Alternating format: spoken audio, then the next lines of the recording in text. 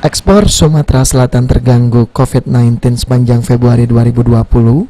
Nilai ekspor Sumatera Selatan sebesar 291,83 juta US dollar, turun sebesar 16,31% dibandingkan bulan sebelumnya.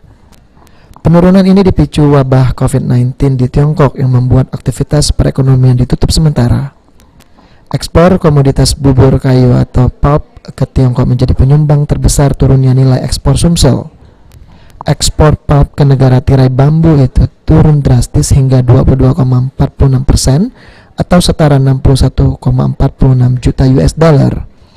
Total ekspor non-migas Sumatera Selatan pada Februari ini anjlok 28,6%. Upaya sementara untuk menekan nilai ekspor Sumsel turun, pihak terkait tengah mencari pangsa pasar lain seperti India yang trennya kini menjadi 7,60% untuk batu bara.